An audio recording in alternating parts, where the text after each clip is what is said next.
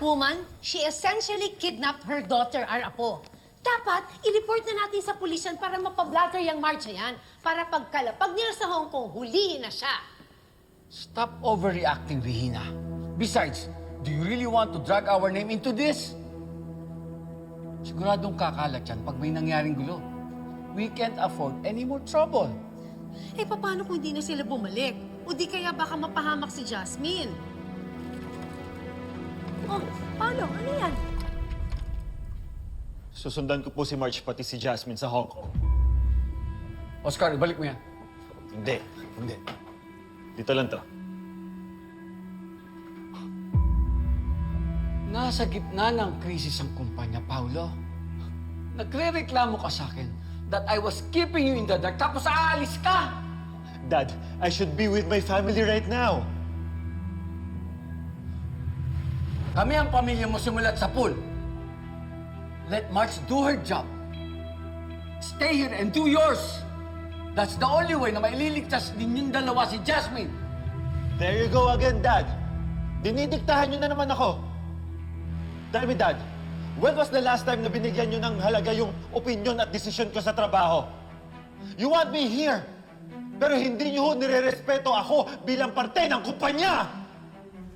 Greg! Stop it! Ano ba?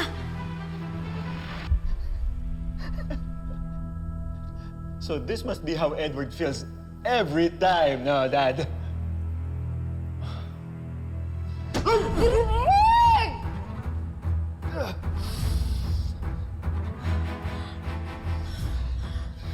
Kapag inabandona mo ang kumpanya, kalimutan mo na ang posisyon mo. You will stop being a CEO. You will be like Edward, na hindi makabalik kahit man lang janitor. Tignan natin kung saan kayo pupulutin ng asawa at anak mo.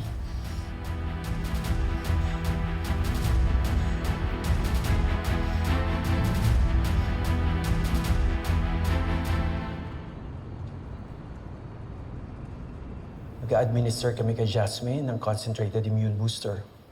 The injection itself, it won't hurt much. But once the medicine starts working, her body will react.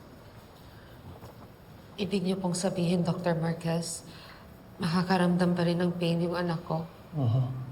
She will feel pain because the immune system is being pushed to work harder than the usual. Kung ganun, kapag pinirmahan ko to, parang pumapayag na ulit ako na mahihirapan siya.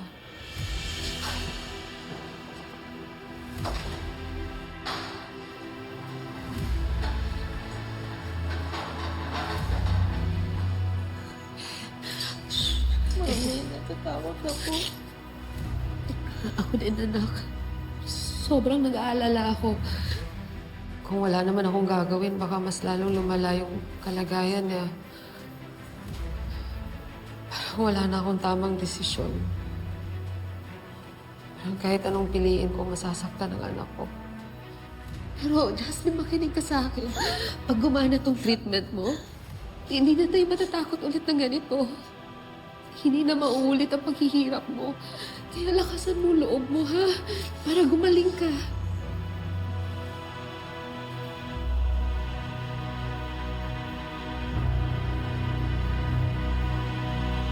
Thank you. Excuse me.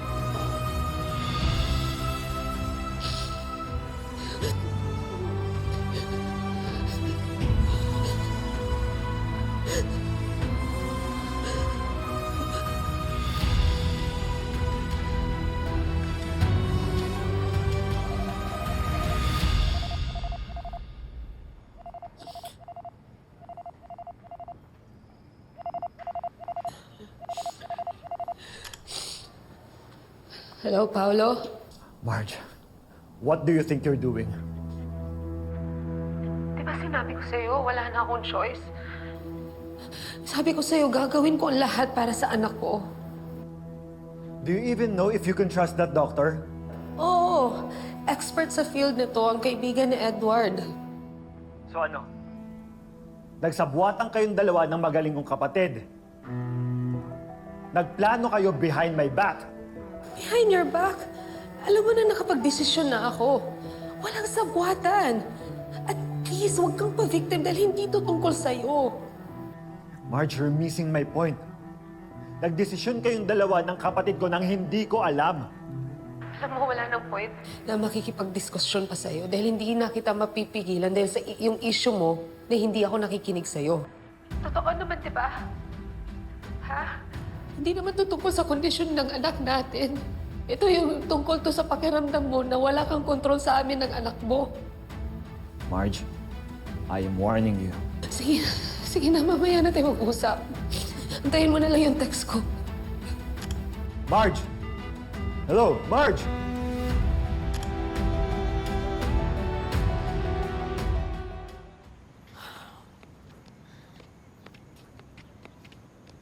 Che, kaduda-duda naman yung fake healer na pinagdalhan mo sa akin.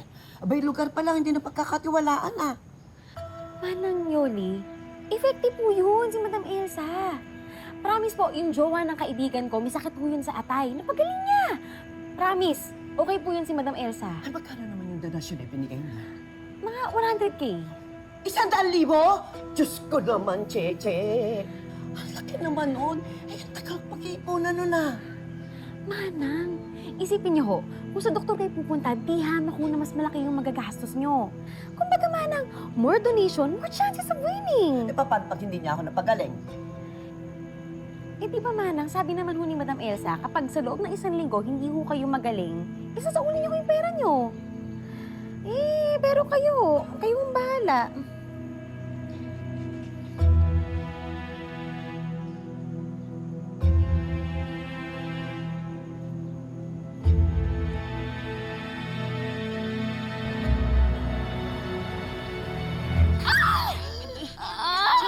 Jasmine. Relax. It's okay. No.